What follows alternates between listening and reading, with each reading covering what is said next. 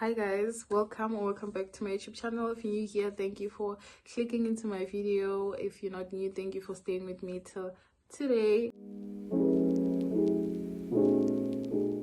Those of you that have watched whatever videos that I have, you know that I am here in Germany as an au pair, and next month I will be studying my Ausbildung here in Germany, and that is why I had to get my B2 TELC exam. So I also had like a short amount of time to get or to obtain this certificate. So today I'm going to share with you the things that helped me pass the exam, or the things that I used in order to prepare myself for the exam. One thing that played a big role in my preparation was ChatGPT. So I don't know if you guys have heard about it or if you guys do it too, but ChatGPT played a big role. I'm just going to go through the format of the exam and then explain what I did in order to prepare for each section. To start with the lesson. So what I did to prepare for my lesson was that I went to my local library and I got myself a book, a novel in German. I still have the book till today because it's such an interesting book, and what was a plus for me was that I had already read this book in English, but I read it a long time ago, like I think 3 or 4 years ago. So it's my favorite book. So when I saw it, I was like, yeah. So I read this book. At first it was a bit difficult because it's like, oh my god, big words, but as time went by, I got used to reading, started understanding better, understanding more. So that would be my tip for you guys. Go get yourself a novel, and then when you get new words, so what I also did was that I have a notebook. Each time I'll see a new word, I'll write down that new word and then write down the English meaning, and then at the end of the day read those words, go through those words, and then the next day so it was like a vocabulary list for the week, and then I'll go through the new words that I've learned and then also incorporate those words into like my everyday speaking. So that also helped in learning new words. So reading a novel helped me in learning new words. So that would be my tip for you guys if you want to prepare for your, I think it can help with B1, B2, or even C1 or whatever. Just get used to reading novels in German, because then it will help you understanding or get used to reading German. So for my Hören, I don't know if I'm mixing it up, but for what I used to prepare for my Hören was I was listening to German podcasts every day. So guys, you don't have to make a big thing out of it. You can just put on a podcast and go about your day, cleaning if you're cleaning or when you're cooking. Podcasts start from like 10 minutes to over an hour, so it's up to you. You can decide. You can also find podcasts that are in like, or that are talking about the topics that you're interested in. It's even better so. So for me, I'm a true crime fan, so what I did was I found this true crime podcast. I think it's about 2, which I follow, and each episode is like over an hour long. So I would put that on when I'm like walking or when I'm like cleaning or just out and about. I'll just put it on and listen to it, and so it became a daily habit. And then I also have other podcasts that I would also listen to as well. So each time I was out and about, I was just like earphone podcast as I was going through my day. And what that did was it helped me understand a lot. Also in conversations, when I'm like talking to people, I started to understand better. I don't know how, but it just became so easy for me to hear. I was hearing everything, I was understanding everything. So it really played also a big role, and that would be my tip for you guys in preparing for your Hören. Listen to podcasts. I'm also going to put on a list of the podcasts that I use to prepare. I'm gonna put them on the screen. You guys can check them out, or you can find your own podcast that interests you. So yeah, and then for my Sprachbausteine, I used ChatGPT. ChatGPT played a really big role in my Sprachbausteine and my Schreiben. My Sprachbausteine, so I wrote a prompt.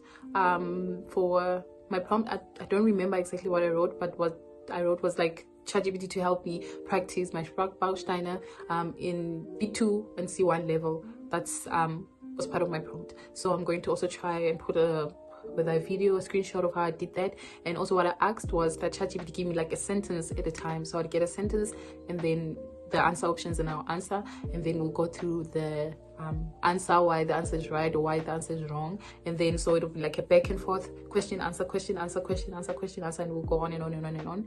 And that is what I use to prepare for my Sprachbausteine. Along with that, I also watched YouTube videos on Sprachbausteine. I'm also going to put on the videos or YouTube channels that I used to watch.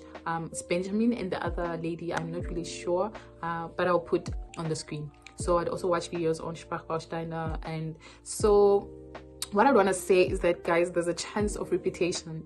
That is something I realized. There's a chance of repetition. So what I'll say to you guys is, when you're practicing your Sprachbausteine, use the past papers, past TELC papers, and that's what like also these YouTube channels use, past TELC exam papers, and then they go through the Sprachbausteine. So there's always a chance of it repeating, so, or you seeing something similar, something you've already seen, and then you already know the answer, that okay, I've gone through this text before, so the answer is this.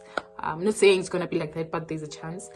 So what happened with me was that there's an app, I'm gonna talk about it before I end the video, and I had used this app for lesson, and so my first trial lesson was just an exact copy for like the first. So this app has different tasks, and so there's the first task that was on this website.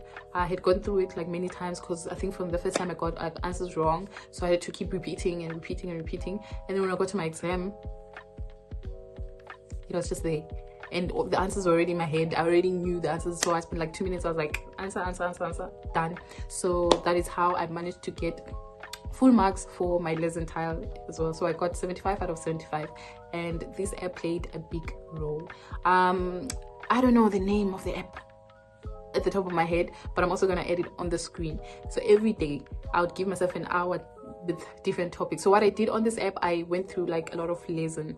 That is where also for my Sprachbausteine. So what I did was, after the exam, I went back to the app and looked for the topics, because I could remember what I saw in the exam. So I went through. So what I realized was that there was a lot of repetition. My lesson, yes, I managed to get that right, 100%, 75 out of 75. And then for my Sprachbausteine, the text that was in the test was there, but then the answers were different. So like, for example, like, you know how there's like a sentence and then there's a space, and then you have to put in whatever verb or word.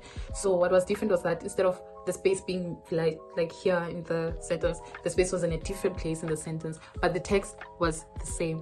So I'm also going to put this app on the screen. This app really helped me, and I wish I had taken it more seriously and spent more time on it. Then, you know, then I'd have got it 100% in everything. But for my lesson, I really want to say that I used it specifically for lesson, and it helped me, because when I saw the lesson text, I could like recognize them, that I've seen this before. The first tile was very fresh on my head. I got everything correct. It was quick. The other tiles, it was like, yeah, I've seen this, and I wasn't sure. But from me practicing my reading, I managed to, you know, make sense of everything. So yeah, for my Schreiben, what I did for my Schreiben, yes, guys, some people may think this is good. Many people may think this is bad. But what I did was I wrote down a template for myself. So there's two things you can choose between: asking for information or writing a Beschwerde. From day one, I decided that I want to write the Beschwerde, the complaint, and then I wrote a template from the introduction to the conclusion, to how I introduce every topic or whatever. So I already wrote down this template, and I memorized this template. I made sure that I read it every day, and I knew it from the top of my head. And then every day I would just write it on from like memory, write it until it was just natural. I wrote it from the first day till the day of my exam. I kept practicing writing this template to make sure that I remembered everything correctly. So I wrote a universal template that I can use for any topic. So I knew that, okay, if it's like, I could just add in the topic somewhere, somehow. And that is how I prepared for my Schreiben. Memorized a universal template that can work for any theme of the complaint. And that is how I got 33 out of 45. So, and then for the speaking part, guys, my only advice would be to speak. speak to yourself. You don't have to speak to other people, just speak to yourself. Talk to yourself in German, speak your thoughts in German, and that really helps a lot. But for Teil 1, there's different topics. So what I decided was I chose one topic, which was the Erfahrung, because the topics are always the same. I chose to write about an Erfahrung, and then I memorized that Erfahrung, and every day I will speak it to myself, speak it to friends, say like, oh, like, I want to talk to you about this experience, and then say it and speak it and speak it and speak. I was speaking every day until it was like stuck in my head. It was like so natural. In the exam, that's what I did. I spoke it out. Don't just memorize for the sake of, okay, I'm memorizing, I'm gonna, because they know. So what these examiners do, they will ask you questions because I remember what they asked me. I had said something and like this big word, and the examiner was like, wait, what do you mean when you say this and this and this and that? And I was like, oh. But then I was familiar with the word, so I managed to explain that, oh, I mean that, you know, this and this and this and that. And then she was like, okay. So they can kind of tell when you are like, you've memorized. So please memorize and practice as early as possible, so that when you get there, it's natural. Yeah, it may work for some people, it may not work for other people, but it worked for me. So I'm just sharing what worked for me.